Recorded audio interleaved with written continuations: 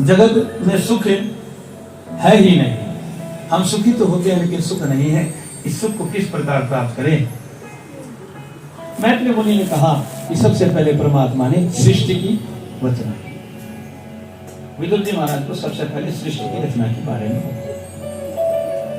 भगवान विष्णु के नाभि कमल से भगवान विष्णु जी के नाभि कमल से ब्रह्मा जी की उत्पत्ति हुई और ब्रह्मा जी कमल के ऊपर विराजमान हुए। ब्रह्मा जी ने इस रचनाकार सृष्टि का उत्पन्न किया। उत्पन्न इसलिए किया कि कैसे करें, प्रकृति को संचालित तो करना पड़ता है ना। तो ब्रह्मा जी ने पहले अपने 4 पुत्र बनाए, उत्पन्न किए, शनक, शनंदन, सनातन और संतकुमार। इनको कहा कि आप सृष्टि का विस्तार कीजिए। इन्होंने कहा कि भाई हमसे कोई सृष्टि का वर्णन नहीं होगा, हमसे कोई सृष्टि का रचना नहीं होगी। हम तो भजन करने वाले हैं, भजन करेंगे भगवान। बोला है, बोला हाँ हम तो भजन करेंगे। और भजन करने से ही सब कुछ मिल जाता है। भजन करेंगे तो भोजन भी मिल जाएगा, और भजन ही नहीं करेंगे तो भोजन भी नहीं मिलेगा। भजन करेंगे। ब्रह्मा जी को क्रोध आया, क्रोध आते ब्रह्मा जी की भ्रुकुटी से भगवान शंकर जी उत्पन्न हुए। बोलिए शंकर भगवान की जय हो। और शंकर भगवान जी उत्पन्न हुए तो बोले कि महाराज आज्ञा दीजिए। क्या आज्ञा? तो बोले सृष्टि का वर्णन करते हैं, सृष्टि का उत्पत्ति करो, सृष्टि करो, चरित करो। ठीक है साहब, जो अब लगे सृष्टि का उद्धार करने के लिए। तो डाकरी, साकरी, पिशाचरी, मारिगण, भैरव, कुष्मांडा आदि, ब्रह्म राक्षस, बैताल, कुष्मांडा इत्यादि सभी को जो है उत्पन्न करना शुरू कर दिया। अब ब्रह्मा जी बोले बोले बस बस बस बस सृष्टि का अवतार ठीक है, यहीं तक रहने दो, आगे नहीं चलना। बोला आप एक काम करो, उत्तर दिशा में कैलाश पर्वत पे जाके तपस्या करो। भगवान ने फिर सृष्टि के लिए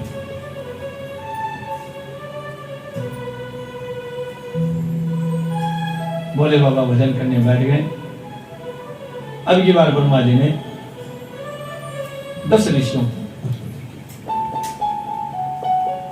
मरीचि, अत्रि, अंगिरा, पुलस्त्य, पुलह, प्लवु, भृगु, वशिष्ठ, दक्ष और देव ऋषि नारद, इन 10 ऋषियों को प्रकट किया अपनी वाणी से। ब्रह्मा जी को ब्रह्मा जी ने परम सुंदर कन्या सरस्वती को प्रकट किया। क्षायक्ष के महामुनि कर्दम ऋषि को प्रकट किया और ब्रह्मा जी मानसिक सृष्टि से दक्षिण भाग से पुरुष और वाम भाग से स्त्री को उत्पन्न किया। इन्हीं का नाम मनु और शत्रुपा। मनु शत्रुपा ही मानव सृष्टि का विस्तार हुआ, इसलिए मनु पुत्र होते के नाते हम लोग सब मानव कहलाते हैं।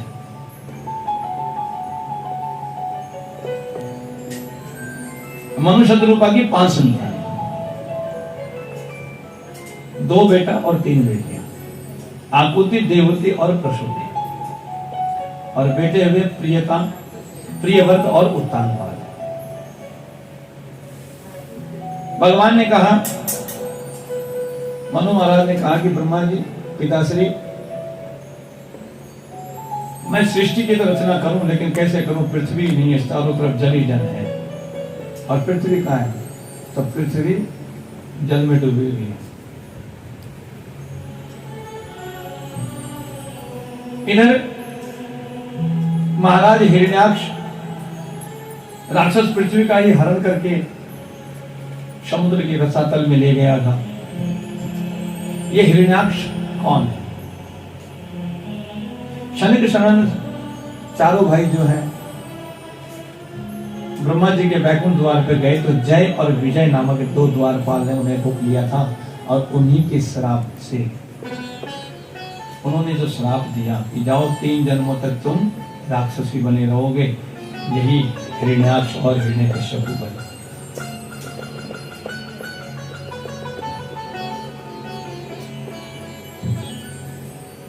हिरण्याक्ष और हिरण्यकश्यप के बारे में बताया।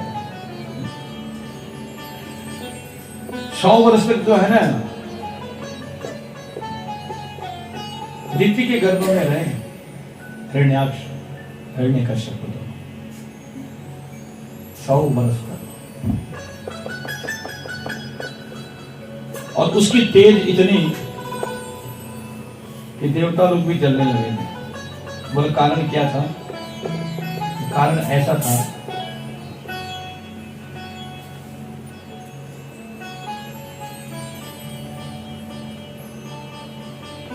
कि कश्यप जी दीति, अदिति, दानु, काष्ठा, सुरसा आदि अनेक पत्नियां थी।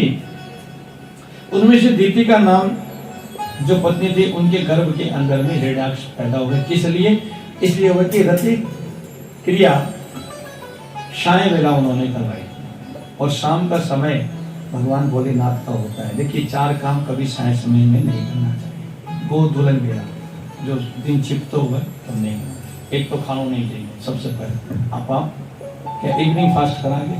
आधे राधे तो बोलना ही पड़ेगा। इवनिंग फास्ट तो बोला 4 बजे, चाय पानी को जो टाइम हुआ खाना नहीं चाहिए, इससे बीमारी फैल जाएगी। दूसरा, बच्चों को पढ़ना नहीं चाहिए दोनों बेला के बाद, गो दुल्हन के टाइम में। उस समय खेलने कूदने का रति क्रिया नहीं करनी चाहिए, इसलिए कुछ प्रसंग नहीं करना चाहिए।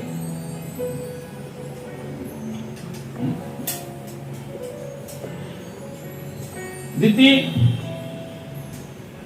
कामातुर होकर के कश्यप ऋषि को जो है ना विमर्श कर दिया और भगवान कश्यप जी ने कहा कि जो तुमने किया है उसका दंड भी तुम स्वयं ही भुगतो।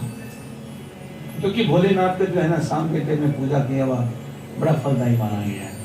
क्योंकि भगवान शंकर जो है ना शाम के टाइम में विचरण करते हैं और मस्त रहते हैं। सारा दिन तो भक्तों का सागर हुआ, लेकिन लास्ट में शाम के टाइम में तो माता पार्वती के सामने घूमना फिरना चाहते और जहाँ पर भी जाओ वहाँ पे देखो राधे राधे तो बोलना ही पड़ेगा। और सिटी सेंटर वगैरह मॉल वगैरह तो शाम को ही जाओ, कोई दिन में 8 बजे 9 बजे तो कोई जाओ ही नहीं।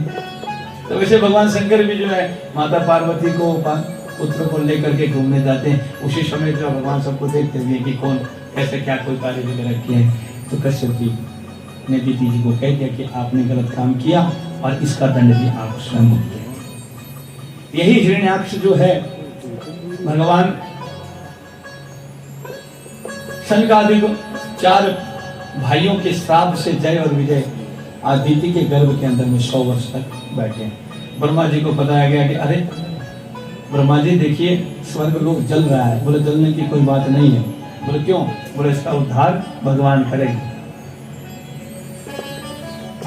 100 वर्ष बाद में हिरण्याक्ष की जन्म हुआ और यही हिरण्याक्ष को मारने के लिए भगवान ने ब्रह्मा जी ने अपने नासिका से एक छींक आते ही शुक्र स्वरूप धारण किया नारायण ने और वही भगवान वाराह स्वरूप धारण किया। बोलिए वाराह भगवान की जय। और इन्होंने 12 अवतार करके पृथ्वी को रसातल से लाया और हिरण्याक्ष का मर्दन भी किया। देखिए भगवान जिसको मारते हैं ना उसको मार तक कहीं नहीं लिखा है। हम और आप बच्चे को मारते हैं ना, डांटते मारते, मारना कहीं नहीं लिखा है। तो क्या करते हैं परमात्मा? बोले परमात्मा तारते हैं। परमात्मा हमेशा तारते ही तारते हैं, मारते किसी को नहीं। भगवान ने एक थप्पड़ लगाया और हिरण्याक्ष तर गया और पृथ्वी रसातल से ऊपर आ गई और आज मनुष्य रूपा के द्वारा ये सृष्टि का रचना हुई। नाम 4 पुत्रों के श्राप से आज हिरण्याक्ष की गति प्राप्त हुई और इस पृथ्वी पर हम और आप विराजमान हैं। यही वो पृथ्वी है।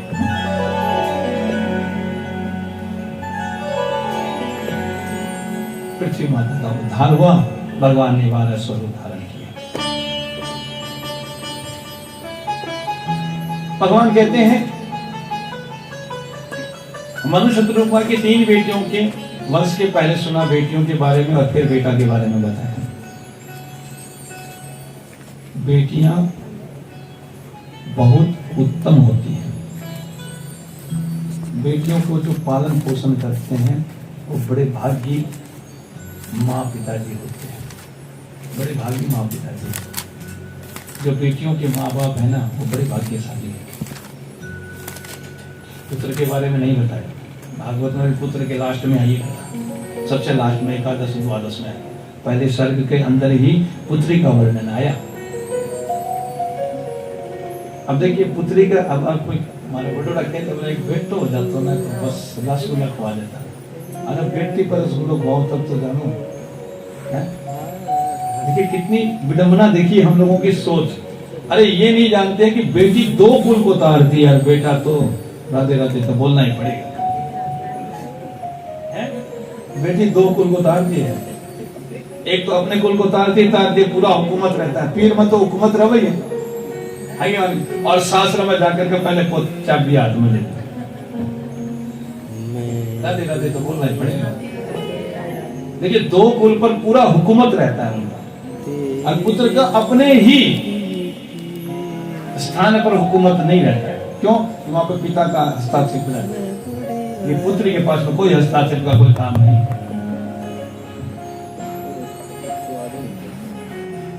देवहूति के बारे में बताया, ये रीति का वंशज के बारे में बताई। अब आगे देवहूति के बारे में एक शब्द कहते हैं, कर्दम ऋषि को साथ में देवहूति का विवाह। देवहूति जी कहती हैं